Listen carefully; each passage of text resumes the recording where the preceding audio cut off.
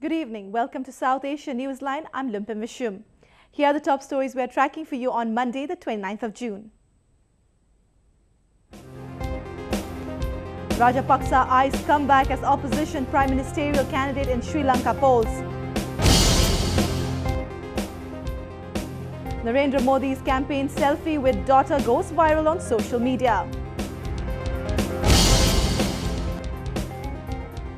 And activists call for international access in Pakistan's troubled Balochistan. And now for all the details. Pakistan has left out Jamaat-ud-Dawa headed by international terrorist Hafiz Saeed from a list of 212 organizations which it claimed to have banned in the country. Despite the promise of a tough crackdown on terrorist groups, the latest list shows that Pakistan has not banned even a single outfit in the past 1 year. Despite the UN identifying the Jamaat-ud-Dawa as a front organization of banned terror outfit, the Lashkar-e-Taiba, it has once again escaped an operational ban in Pakistan.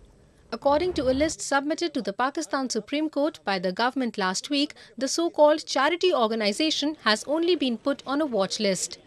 The JUD's name has been featuring in the list ever since 2003. Earlier this year, there were reports that Pakistan was planning to impose a ban on the Haqqani network, the JUD and 10 other organizations. The JUD was, however, allowed to continue its operations after the government claimed that it was a charity organization. JUD chief Hafiz Saeed, who is believed to have close connections with the political and military leadership of Pakistan, is one of India's most wanted criminal for his role in masterminding the 2008 Mumbai terror attacks. Despite international pressure and a $10 million US bounty on him, Saeed continues to operate freely in the country. Former Sri Lankan President Mahinda Rajapaksa is eyeing a comeback into the country's political scenario in the upcoming parliamentary polls. His loyalists have hinted of the former president becoming the prime ministerial candidate of the opposition parties. Former President Mahinda Rajapaksa could contest the election for United People's Freedom Alliance or the Sri Lanka Freedom Party, his camp has revealed. According to reports, his loyalists are also holding negotiations with political parties to project Rajapaksa as the prime ministerial candidate of the united opposition for the upcoming polls.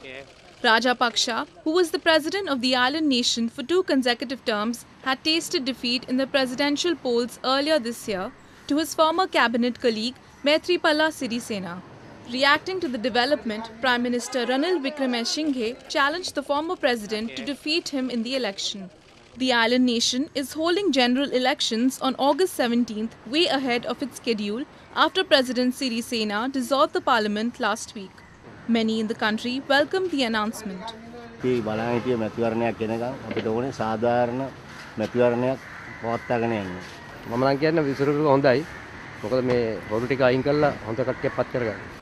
Lanka has also invited some 50 international observers to monitor the polls. President Sirisena, who came to power in January through what was seen as a major political upset for Rajapaksa, had announced a series of parliamentary and constitutional reforms. He, however, needs a majority in the 225-member parliament to push through the reforms, which the government hopes to gain in the upcoming vote. Pakistan Awami Tehreek chief Tahirul Qadri has urged the security agencies for a crackdown on those responsible for the murder of his supporters in Lahore last year. The Canadian cleric who returned to Pakistan on Monday said only an independent joint investigation team can bring the real culprits of the attack to justice. At least 14 PAT supporters were killed in last June after police opened fire at activists who had assembled outside the party headquarters to welcome their leader Qadri, who was living in Canada, had returned to Pakistan calling for a revolution to overthrow the Nawaz Sharif government. The hashtag selfie with daughter continues to trend worldwide. This after Indian Prime Minister Narendra Modi asked people to post photos with their daughters on social media. The innovative campaign is aimed at creating awareness about female feticide and equal rights for their women. Our political editor Smita Prakash has more in this report.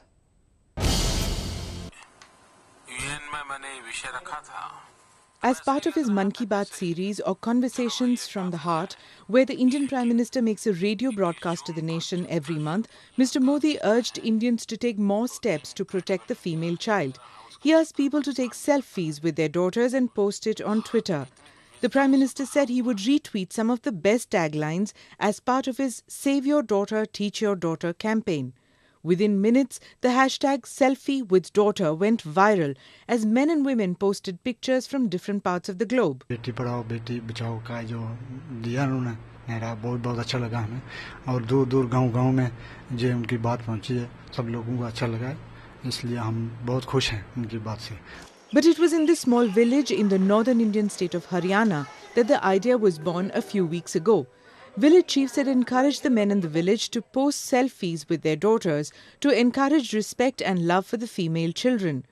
Haryana has a notorious reputation of female feticide, with an estimated 37,000 girls aborted every year because of their gender.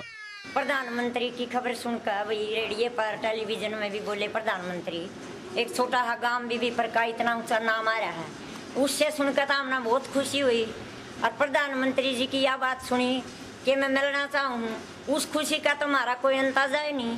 From Bibipur in Haryana to Washington, D.C. in the U.S., selfies with daughters flooded the Twitter timeline. This one by Indian-American Assistant Secretary in the U.S. State Department, Nisha Biswal, with her daughters.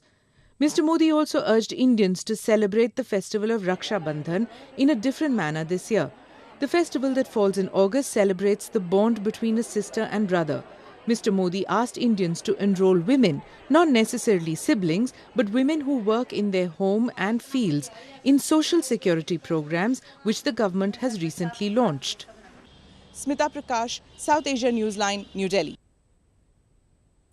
Exiled Baloch leaders are making efforts to bring to light the worsening human rights situation in Pakistan's southwest Balochistan. They are demanding access for international organizations and media to get a ground reality check in the troubled province. Exiled Baloch nationalists have called on global community to take note of the rising atrocities in their homeland, Balochistan. On the sidelines of an interaction event in Geneva over the weekend, leaders like Lakhu Lohana, Brahamdag Bukti and Mansoor Baloch screened a short film about the history and present situation in Balochistan. Mansoor Baloch demanded the United Nations to highlight their freedom struggle on a bigger platform.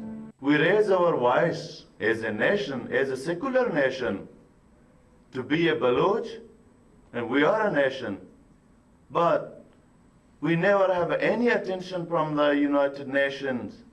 Why they don't intervene? Why we are not human beings? Balochistan is Pakistan's biggest but poorest province. The mineral-rich region, which was annexed by Pakistan in 1948, has been roiled by a separatist insurgency ever since. Activists allege that Islamabad continues to crush the Baloch uprising for political autonomy and greater control over their resources by taking to abductions and killings of nationalist leaders.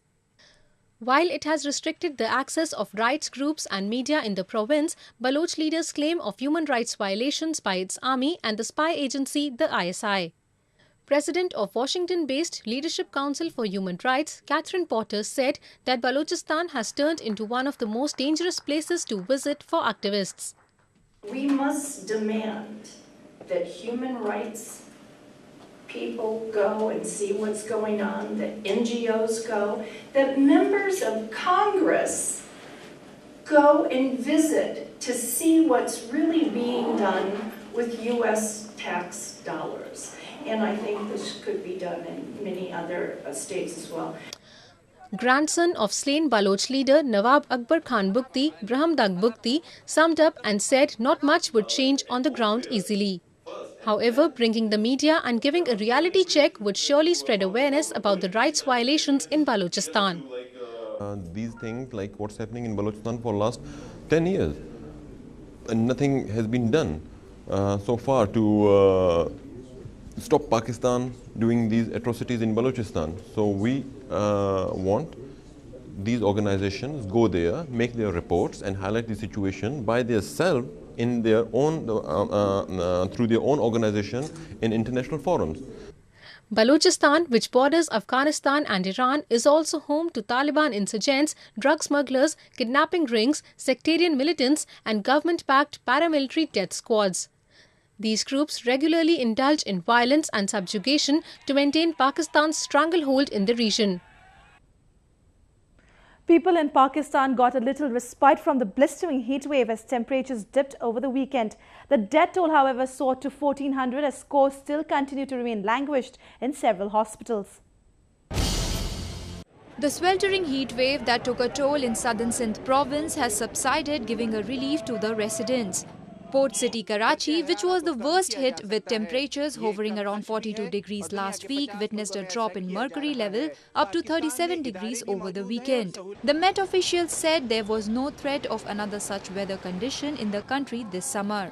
They added that rains and thunder showers are expected in most parts of the country in next few days. However, despite the relatively tolerable weather, hearse operators remain busy rushing to help bury the dead as the toll surged in Sindh in last 2 days.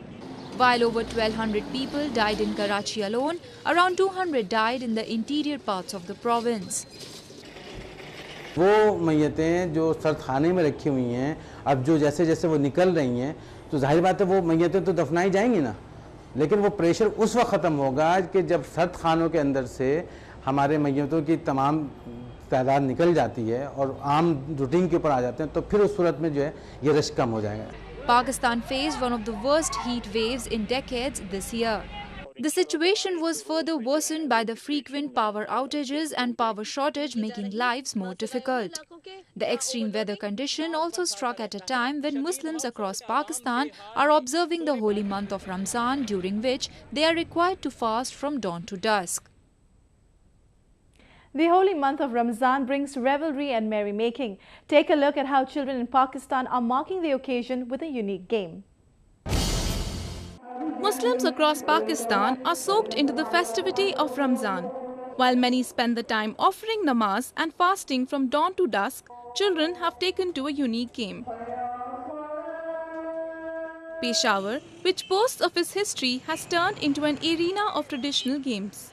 Youngsters in the northwestern border town are enjoying playing an old-fashioned game of egg breaking to while away the festive nights. The game is popular during the holy month of Ramzan, when Muslims stay up late to eat the last meal of the day before sunrise. शहर में हमारे ground की कमी होने की वजह से हम लोग सहरी तक हमें जागना पड़ता है. इस वजह से हम लोग ये गेम खेलते हैं, क्योंकि हमारे बड़े भी खेलते थे. इससे हमारा टाइम गुजरता है रमज़ान में, क्योंकि हमें सहरी तक जागना पड़ता है. The game attracts participants who compete in breaking the opponent's hard-boiled egg by tapping with his without breaking one's own egg. The owner of the winning egg goes on to the next round until one winner is left in the end. The final topper walks away with the eggs and the loser has to pay for them. Many said the game was no less than any other sport. जिस तरह दीगर लोगों के लिए cricket से football से everyone जो कुछ भी है, तो इसलिए मैं भी यहाँ पर अंडे लड़ाने इसलिए आता हूँ क्योंकि हमारा दिल का शौक है कि मैं अंडे लड़ाऊँ, हम कुछ नया कुछ करें. ये हमारी तरह की हमारी एक हॉबी एक तरह की. While children are having a good time with the game, it is also providing egg sellers with quick money. पानी में जोशा कर फिर मतलब मैं इस टाइम लाता हूँ जी. ये बच्चे मतलब के साथ खेलते हैं, लड़ाते हैं जी. इसमें मुझे 1 रुपया 2 रुपया बच जाते हैं जी संडे में बस. Egg fighting, also known as egg tapping or egg dropping, is played in other countries around the world and is known to have been practiced in Europe during medieval times. Well, that's the way it was in South Asia this evening. Before we conclude the top stories once again. Rajapaksa eyes comeback as opposition's prime ministerial candidate in Sri Lanka polls. Narendra Modi's campaign selfie with daughter goes viral on social media.